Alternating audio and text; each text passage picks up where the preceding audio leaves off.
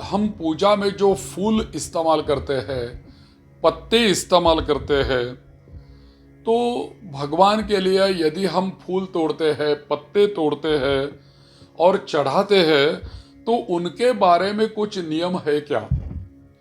उनके बारे में क्या शास्त्र बताया है?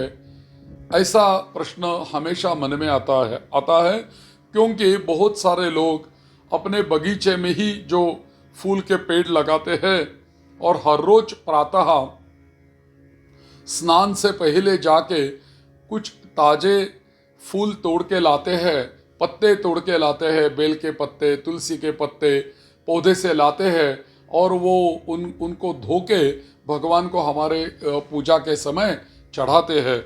लेकिन उसके बारे में क्या क्या नियम है, कौन कौन से पत्ते कब तोड़ने चाहिए, तोड़ते समय क्या करना चाहिए, उसी के बारे में क्या शास्त्र है?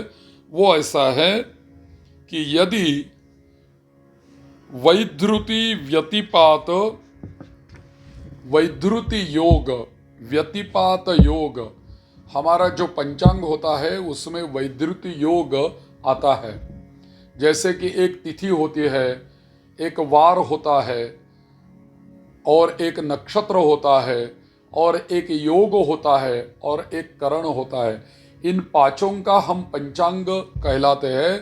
तो इन पांचों में से कुछ योग ऐसे हैं कि उन योगों के ऊपर यदि पंचांग में या कोई दिनदर्शिका में यदि लिखा होगा आज वैधृति योग है, आज व्यतिपात योग है, आज मंगलवार है, आज शुक्रवार है, रविवार है, पौर्णिमा है तिथि, अमावस्या है, आज संक्रांति है और द्वादशी, दोनों द्वादशी तथा मरण सूतक तथा जन्म सूतक, इन कालों में कभी भी तुलसी को नहीं तोड़े।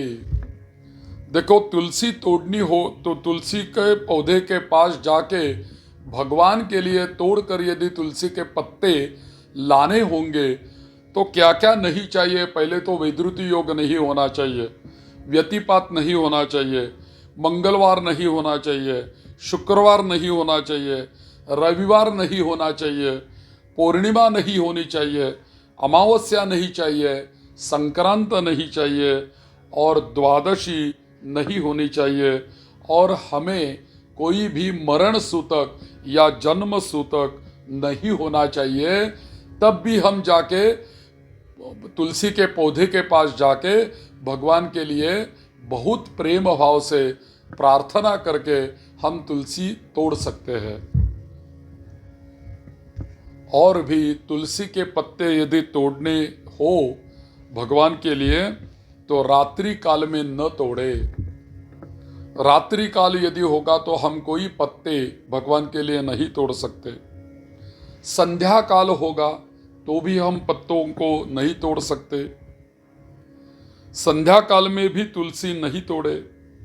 किंतु भगवान के लिए तुलसी, यज्ञ के लिए समिधा तथा गाय के लिए तृण, अमावस्या आदि निषोध दिनों में भी तोड़ सकते हैं। एक अपवाद ऐसा आया है कि यदि हमें भगवान के लिए तुलसी चाहिए, हमें यज्ञ करना है कोई, तो उनके लिए, उस यज्ञ के लिए कोई समिधा चाहिए, लकड़ी चाहिए यज्ञ के लिए, और हमारे घर में कोई गाय रखी है तो उसको भूख लगी है तो उसके लिए कुछ घास चाहिए, तृण चाहिए, और ये इन कारणों से हमें यदि ये वस्तुएं चाहिए तो उसके लिए अमावस्या आदि काल का कोई नहीं देखना चाहिए। कौन सा भी काल हो हम लेकर आ सकते हैं और भगवान को चढ़ा सकते हैं। यज्ञ के लिए कभी भी हम समिधा ला सकते हैं और यज्ञ में समर्पित कर सकते हैं। गाय को यदि घास चाहिए, तृण चाहिए, तो आज अमावस्या है, कैसे तृण तोड़े, कैसे घास तोड़े, ये सोचना उचित नहीं है। कौन सा भी काल हो, हमारे पास गाय है, उसको भूख लगी है, उसको चारा देने की आवश्यकता है, तो कभी भी जाकर हम तोड़ के ला सकते हैं और गौ माता को हम खिला सकते हैं। इसके बारे में संस्कृत में आया है श्लोक, देवार्थे तुलसी, देवों के लिए तुलसी, होमार्थे समिधान तथा होम के लिए समिधा, इंदुक्षयेन दुष्येत गवार्थे तृणस्य। इंदुक्षय यानी इंदु यानी चंद्रमा, इंदु का क्षय, चंद्रमा का क्षय कौन से तिथि में होता है? अमावस्या के दिन होता है। तो पूर्णिमा, अमावस्या, द्वादशी, सूर्य संक्रांति, माध्याह्न काल, रात्रि, दोनों संध्याएं अपवित्र अवस्था में रात्रि में सोने के पश्चात और बिना स्नान किए और शरीर में तेल लगाने के बाद तुलसी पत्र तोड़ने में दोष लगता है। ये तो बताया है ब्रह्म वैवर्त पुराण में, हमें यह बताया गया है। देखो, सूर्य संक्रांति, माध्याह्न काल, सूर्य संक्रांति हर मास में आती है। हर मास में सूर्य भ्रमण करता ही रहता है। हर मास में अलग अलग राशियों में एक राशि से दूसरी राशि में वो चला जाता है। एक राशि छोड़कर दूसरी राशि में जाने का जो समय रहता है उसको संक्रांत बोलते हैं। जैसे साल में पूरे मकर संक्रमण आता है, मकर संक्रांति आती है, वो तो हमें पता है, लेकिन हर मास में एक एक संक्रांत रहती है। 12 राशि है और 12 महीने है, 12 मास है। तो 12 संक्रांति पूरे साल में आती है, तो उसको सूर्य संक्रांति बोलते हैं। जब सूर्य पूरा हमारे मस्तक के ऊपर आता है तो उसको माध्याह्न काल बोलते हैं। और सूर्य जो अस्त होता है, सूर्य का अस्त होता है तब रात्रि होती है। और सूर्य का उदय होता है, उदय के समय, और सूर्य अस्त होता है तो अस्त के समय संध्या काल बताया है। और इन कालों में या तो अपवित्र अवस्था में, अपवित्र अवस्था कौन कौन सी होती है? यदि हम सोने के पश्चात कोई सोने के बाद, जागृति आने के बाद वैसे ही हम तुलसी के पत्ते तोड़ने के लिए जाएंगे और बिना स्नान किए जाएंगे। और भी कुछ कुछ लोग स्नान से पहले तेल लगाते हैं और बाद में स्नान करते हैं। वैसे ही तेल लगाया हुआ शरीर लेके हम यदि तुलसी को तोड़ने के लिए जाएंगे तो ऐसे काल में तोड़े हुए तुलसी और भी तोड़ने वाले भक्त को दोष लगते हैं।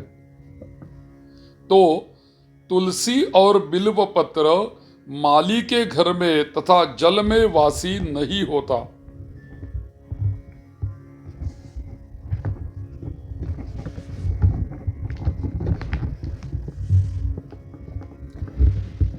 कन्हेर पुष्प दिन रात तक वासा नहीं होता। पुष्प और जल ये वासे नहीं चढ़ाने चाहिए, किंतु तुलसी पत्र, गंगा जल और नर्मदा जल ये वासी नहीं होता।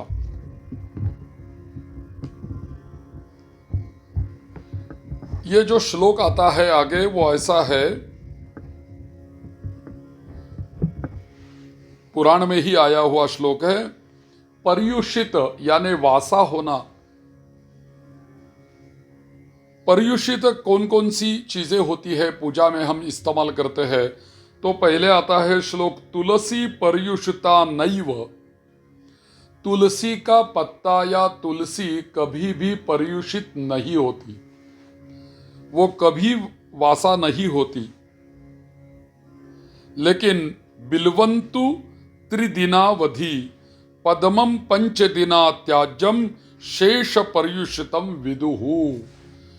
कौन कौन सा पर्युषित यानी वासा नहीं होता ये बताया गया है। तुलसी और बिल्व पत्र माली के घर में तथा जल में वासी नहीं होता। यदि तुलसी के पत्ते तोड़े हुए माली के घर में होंगे तो वासी नहीं होते, और भी जल के साथ वो यदि रखा हुआ होगा तो भी वासी नहीं होते। और पुष्प दिन रात तक वासा नहीं होता। यदि हम आज सुबह कुछ फूल लाएंगे और आज की पूजा तो उसी फूलों से करेंगे, लेकिन कुछ फूल पूजा करते समय बच जाएंगे। यदि कुछ फूल बचेंगे तो वैसे ही हम गीले वस्त्र में उसको रखेंगे या तो फ्रिज में रख देंगे, फिर दूसरे दिन उस फूलों का इस्तेमाल करेंगे तो वो चल सकता है। पुष्प तो दिन रात तक वासा नहीं होता। पुष्प और जल ये वासे नहीं चढ़ाने चाहिए। देखो, हम पुष्प जो चढ़ाते हैं और जल जो चढ़ाते हैं भगवान को, वो वासा नहीं होना चाहिए। आज जल लिया और कल भगवान को चढ़ाया, आज जल लिया और परसों भगवान को चढ़ाया, ये नहीं चलेगा, वो वासा हो जाएगा। जैसे कि ताजा जल होना चाहिए, ताजे फूल होना चाहिए। जो कुछ ताजा है उसमें प्राण शक्ति होनी चाहिए। उस जैसे कि हम फूल तोड़ेंगे, पत्ते तोड़ेंगे तो उनमें कुछ प्राण शक्ति होती है। जब वो हमारे घर में लाके हम रखेंगे तो समय जैसा बीतता जाता है तो होता क्या है, उनमें जो प्राण शक्ति होती है वो थोड़ी थोड़ी थोड़ी कम होने लगती है। तो जैसे कि प्राण शक्ति उनमें से चली गई तो वो वासा हो गया। तो जिसमें प्राण शक्ति है वो कैसा फूल होता है, ताजा होता है।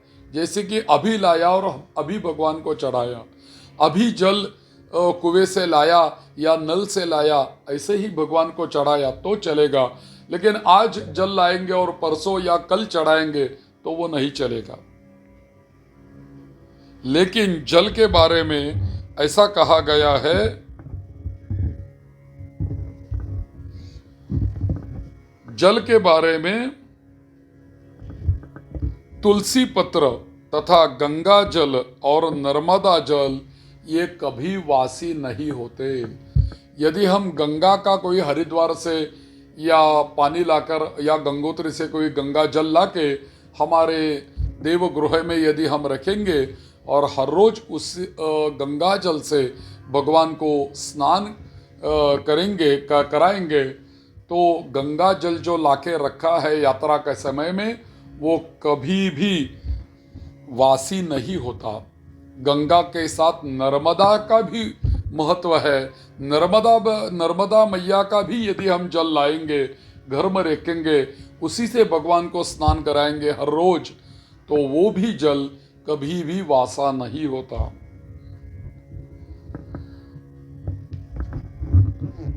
पद्म पुराण में लिखा है कि तुलसी कभी वासी नहीं होती। तुलसी पत्र तो कभी निर्माल्यवत नहीं होती, वासी नहीं होती। तथा बिल्व पत्र जो होता है वो 3 दिन तक वासा नहीं होता।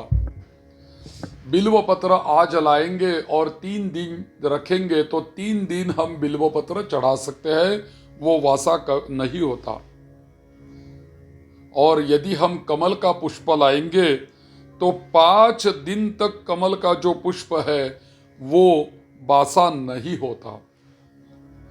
पद्मं 5 दिना त्याज्यम शेष पर्युषितम विदुः, तुलसी पर्युषिता नैव बिल्वन्तु 3 दिनावधि, पद्मं 5 दिना त्याज्यम शेष पर्युषितम विदुः।